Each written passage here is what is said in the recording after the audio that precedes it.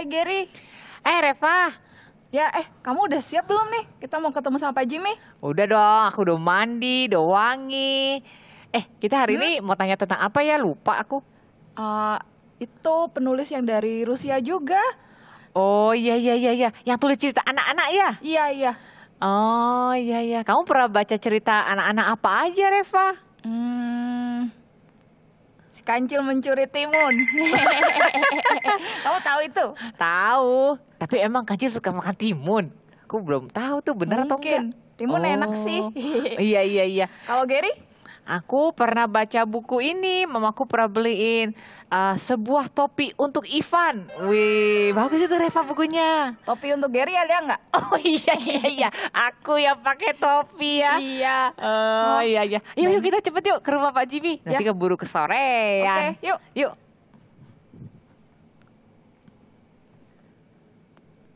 Udah sampai nih. Oh iya, ketok dulu ya. Ya. Permisi Pak Jimmy. Bantuin aku ngomongnya. Permisi. Ada udah. Oh iya. Halo anak-anak. Selamat sore Pak. Halo, selamat sore.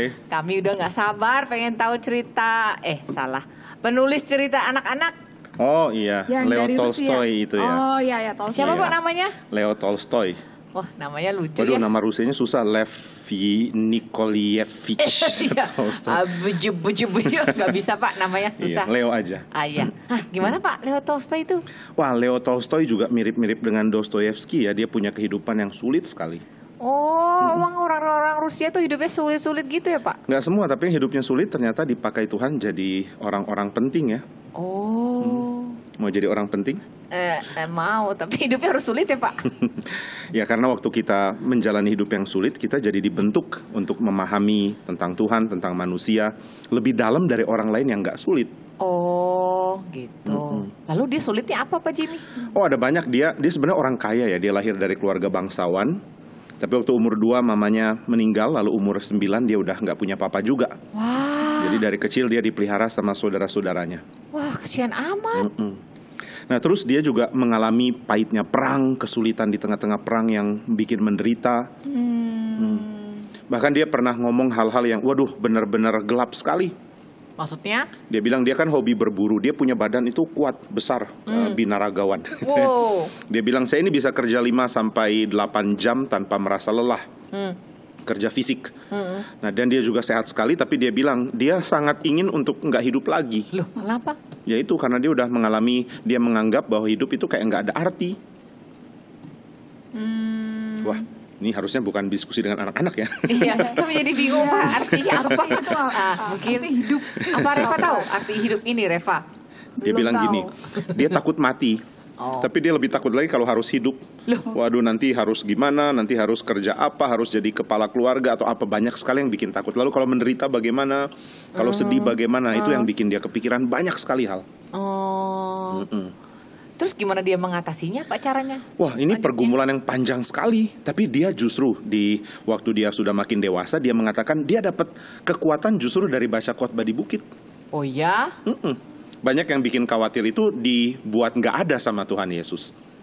Misalnya orang khawatir, aduh gimana kalau nggak ada uang? Yesus bilang, loh Tuhan kan pelihara, bunga di bakung aja Tuhan pelihara, burung di padang burung di udara Tuhan pelihara kok, gitu.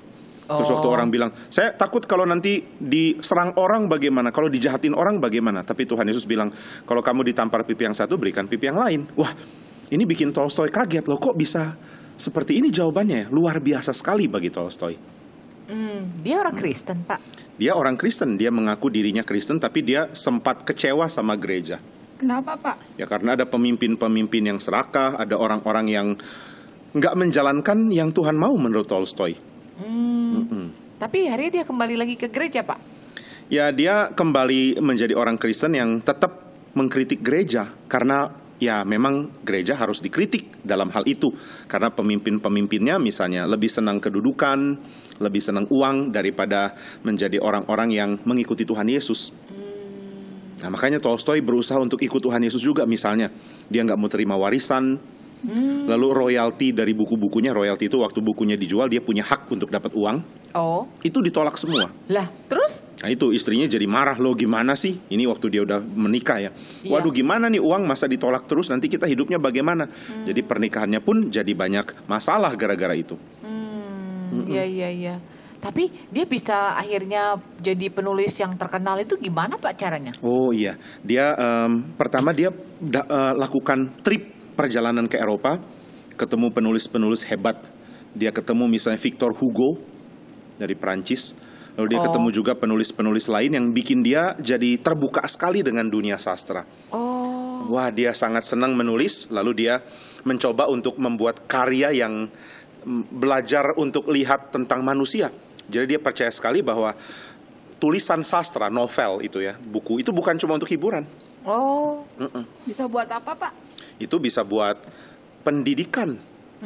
Manusia bisa punya etika, bisa punya moral, bisa punya penghargaan terhadap kemanusiaan. Itu dari baca buku menurut dia. jadi maksudnya dia dari kecil suka baca gitu Pak? Ia suka meskipun dia nggak terlalu sukses di sekolah karena dia dikeluarin dari universitas. Wah, kenapa Pak?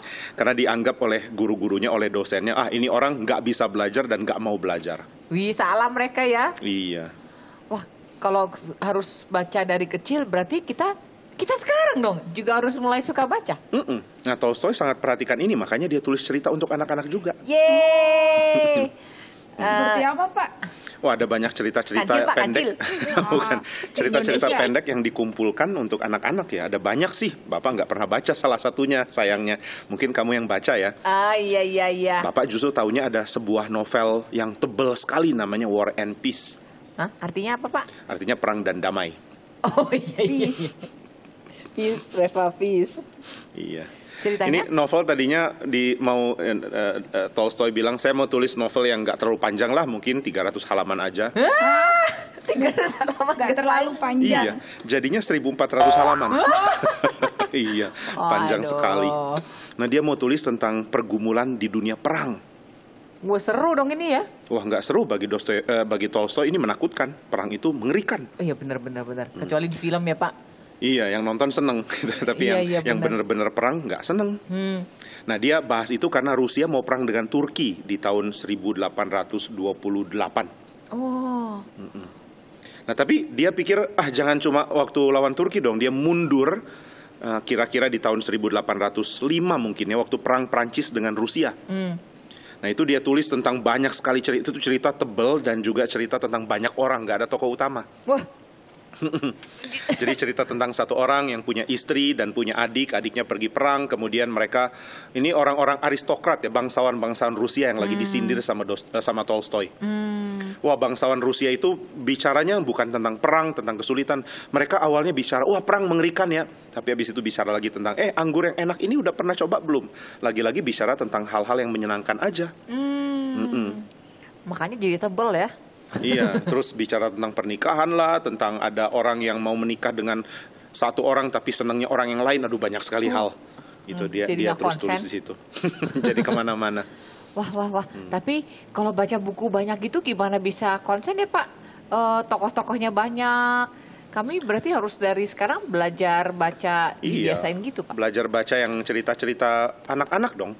Karena waktu kita baca kan kita nggak disuruh menghafal ya, kita suka dan jadi ingat sendiri jadinya. Iya. Belajar iya. menyukai cerita. Nah Pak, tapi kan masalahnya kita sekarang lebih suka nonton Pak. Gimana itu Pak? Iya. Nonton menyenangkan kan, bisa tahu ceritanya juga, tapi baca juga menyenangkan. Ada ini dua hal yang beda sih. Kayak minum dan makan. Makan perlu, minum juga perlu. Oh gitu. Jadi kalau suka nonton ya nggak apa-apa, tapi jangan nonton terus. Baca juga perlu dilatih. Oh, wah, aku lebih suka nonton. Gimana ini Reva? Reva juga. Jadi kita harus belajar baca, Gary. Iya. Iya Pak, nanti kami baca cerita-cerita. Terus Pak, selain karya itu ada karya lain Pak? Oh, dia banyak tulis karya yang intinya gini ya. Dia mau tekankan satu hal. Kalau kamu mau lihat orang, jangan cuma lihat orang terus bilang tingkah lakunya begini lalu bilang dia jahat atau baik. Tapi kamu coba mengerti hidupnya.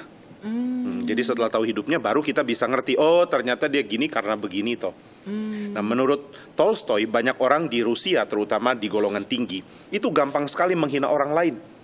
Misalnya menghina kehidupan orang-orang yang miskin, wah nggak terdidik, nggak ngerti cara hidup yang baik, ngomongnya sembarangan, tingkah lakunya jelek, wah parah gitu. Itu langsung dinilai begitu. Karena nggak ngerti yang dialami oleh orang itu dalam hidupnya. Nah, jadi dia tulis novel untuk bikin orang belajar tentang ini. Oh, Nah, sekarang coba Gary dan Reva pikirin lebih kena mana ya? Misalnya saya mengajar, hey, jangan sembarangan menilai orang lain. Atau saya bikin cerita, ada satu orang yang lagi sulit sekali, di tengah kesulitan nggak ada yang tolong dia, maka dia terpaksa mencuri, lalu ketangkep. Nah, kira-kira lebih kena yang mana ya? Yang cerita, Pak. Yang cerita, betul. Nah, itu yang Tolstoy pikir. Kalau orang cuma kasih tahu nggak boleh gini, nggak boleh gitu, ya kurang kena ke orang. Iya. Tapi kalau diceritain, jadi ngerti. Oh, ternyata orang ini jahat, memang jahat, cuma ada penyebabnya. Bukan berarti kita bilang jahat itu nggak apa-apa. Cuma kita jadi belajar mengasihi orang meskipun dia pernah jahat. Nah, Begitu. itu tujuannya ya Pak ya? Wah, Ini sebenarnya menurut Tolstoy ya ajaran moral yang belajar dari ajaran moral paling tinggi, yaitu tuh ajaran moral dari Tuhan Yesus. oh iya, Tuhan Yesus sering cerita Pak. pakai Iya. perumpamaan. Iya, benar. Nah, Tuhan Yesus kan memang bukan cuma pengajar moral ya, dia kan juru selamat manusia. Tapi Iya. dia juga mengajar tentang bagaimana orang harusnya hidup. Dan dia pakai cerita kan. Iya. Ada cerita anak yang hilang, ada cerita domba yang hilang. Boneka yang hilang sih belum ya. Iya, Reva yang hilang. Jangan hilang Reva ya. Balik sendiri. Iya. Oh, terus karya itu judulnya apa Pak? Yang terkenal? Karya yang mana? Yang katanya cerita tentang orang itu Pak. Oh, ada misalnya, Anak Karenina mungkin yang paling terkenal sampai dijadiin film. Wow. Jadi tentang orang yang harusnya punya konsistensi, hidup harusnya kayak gimana, jadi bangsawan harus punya sifat bagaimana, ternyata dilanggar gitu ya. Iya. Begitulah kira-kira. Oh, terus bicara lagi tentang cerita anak-anaknya Tolstoy, itu ada hal-hal apa lagi Pak yang dia lakukan untuk anak-anak seperti kita-kita ini? Dia sangat kasihan karena anak-anak nggak belajar dengan cara yang lain. Cara belajarnya begitu aja. Nah, Tolstoy ini mulai percaya bahwa banyak sekali cara belajar itu membuat orang-orang akhirnya ikut-ikutan sistem yang udah ada. Misalnya gini, kalau orang berpikir bahwa hidup tuh mesti kayak gini loh, akhirnya anak-anak dilatih untuk cari hidup kayak begitu juga. Misalnya di zaman kita ya, orang bilang hidup tuh enak kalau misalnya punya banyak rumah, banyak mobil. Akhirnya pendidikan untuk cari uang. Sekolah yang sukses ya, supaya nanti kerjanya sukses, nanti dapat banyak uang jadi orang kaya, lalu bantu papa mama gitu kan. Ya cuma itu akhirnya yang diketahui. Tapi menurut Tolstoy itu kasihan sekali, karena banyak ajaran Alkitab itu sebenarnya mengeritik. Mengeritik tahu ya? Tahu Pak? Oh tahu, saya kira nggak tahu. Pinter-pinter Saya lah ya. suka mengkritik soalnya. Oh iya. Nah, mengeritik cara orang melihat ini loh, lihat hidup orang lain. Oh, ini baru sukses, kalau ini nggak sukses. Kan Tolstoy dianggap nggak sukses belajarnya. Oh, Padahal iya. dia jadi pengajar yang sangat sukses gitu ya dengan novel-novelnya. Nah, jadi dia ingin supaya anak-anak juga punya cara lain untuk belajar. Dan dia perhatikan sekali anak-anak. Di kampung halamannya itu dia sampai dirikan 13 sekolah untuk anak-anak. Wow. Dia yang ngajar sendiri, Pak. Dia nulis novel kali ya. Oh, kampungnya namanya apa Pak? Waduh, apa ya namanya? Lupa Kamu tahu nggak Reva? Ya, enggak. Reva mendadak tahu. Yesnaya Poliana atau apa? Yesnaya Poliana, kayak gitulah. Oh iya. Nanti kami cari di Google Pak. Ya, cari di Google ya. Sekarang cari apapun di Google, termasuk ngerti kritis itu juga dari Google mungkin. Iya. Terus apa namanya dia umurnya panjang Pak? Dia meninggal di tahun 19 berapa ya? 1920-an kalau nggak salah, atau 1910. Oh, Nah, berarti dia- udah tua dong ya Pak ya? Iya. Oh. Janggutnya panjang sekali. Oh gitu. Dia punya anak banyak loh, Oh ya. Ah, tapi banyak yang meninggal sayangnya. oh kenapa Pak? Ya Sakit. karena penyakit, karena macam-macam. Oh, Jadi zaman dulu ya? Mm-mm. Oh iya.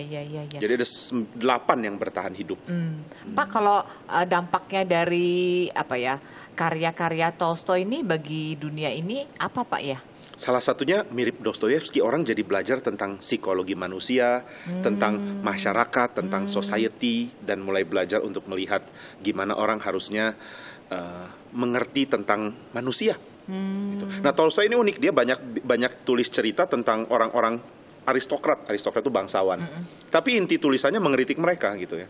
Iya, iya, iya. Jadi bukan tentang pangeran jatuh cinta sama putri lalu menikah gitu ya Pak ya, bukan ya? Sindiran itu malah kalau ini dianggap hebat, nah sekarang Tolstoy yang tulis nggak hebat-hebat amat loh, banyak juga iya, hal iya, yang iya. salah dari kehidupan kayak begini, kira-kira begitu. Gitu ya. Jadi pengen cepat besar bisa baca novel-novel yang seperti itu. Nggak harus 1000 tumbuh besar. halaman Pak. Sekarang juga kan bisa baca, Tolstoy tulis untuk anak-anak juga. Oh, iya. kirain suruh baca dari sekarang selesai ntar kalau udah besar. 1000 halaman ya. Iya, iya, iya, iya. Pak, selain Leo Tolstoy ini ada penulis lain nggak Pak? Saya jadi Dari penasaran. negara lain gitu, Pak. Yang tulis untuk anak-anak ya? Hah? Oh ada Oh, iya? 2 orang misalnya yang paling terkenal. Ada yang paling terkenal karena dijadiin film bukunya. Misalnya C.S. Lewis dan Tolkien. Weh, kamu tahu nggak? C.S. Lewis tahu, Tolkien. Lord of the Rings. Oh, tahu kalau film Iya. itu, Pak. Narnia, itu Ah, Narnia. itu saya tahu. Kalau Iya. Narnia ditulis sama C.S. Lewis, kalau Lord of the Rings sama Tolkien. Wah, saya belum pernah baca bukunya Pak, tapi nonton. Nah, itu masalahnya. Iya. Nanti Pak Jimmy mau ceritain? Mau boleh? Asik. Kapan Pak? Kapan ya? Minggu depan? Oke. Oke. Di kami kesini lagi ya, Pak. Iya, kesini lagi. Iya Pak, maaf ya Pak, gangguin terus. Enggak ganggu. Oh enggak ya, asik. Nanti diceritain. Siapa duluan Pak? Atau Maunya siapa duluan? eh, Kalian sepakat dulu. Oke, nanti kita home pimpa dah. Terima kasih ya Pak Jimmy. Terima kasih, Pak Jimmy. Iya, sama-sama. Nah, nanti kalau cerita yang bakalan ini kayaknya kita bisa nempal-nempalin dikit ya, karena tahu ya. Dan nonton Iya, filmnya ya. mungkin. Iya. Iya, iya betul-betul. Iya, oke. Terima kasih Pak. Ya, terima Kami kasih mau juga. pulang baca dulu. Hati-hati di Wih. jalan. Langsung bertobat. Yuk. Makasih Pak Mari Jimmy. sampai Dadah. ketemu Gary dan Reva. Kita salamnya begini aja ya. Ya, tos dari jauh Pak katanya. Oke, yuk. Tos, Gary. Tos. Tos Wah, gimana? jadi kita harus cari buku nih, Gary. Buku untuk dibaca, buku anak-anak. Kalau Oh. bisa cari karangannya Tolstoy juga. Bisa nggak ya? Cari di Google ada nggak ya? Ya, kita bacanya mendingan buku beneran.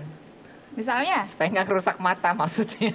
oh ya cari di Google bisa beli di mana gitu. Iya, iya. Paling nggak dengan buku yang ada di rumah kita masing-masing saja ya kita mulai baca ya. Oh iya, yang mama papa kita beliin. Iya, kalau baca rasanya kita kayak membayangkan, wah ini lagi di mana gitu ya Reva ya. Iya. Wah, seneng ya, kayak bisa jalan-jalan. Iya, selain virtual tour. Oh iya, iya, iya, virtual tour. Oke, oke. Oke, kalau gitu sampai ketemu lagi ya. Iya, minggu depan. Iya, aku udah nggak sabar mau dengerin cerita tentang siapa tadi?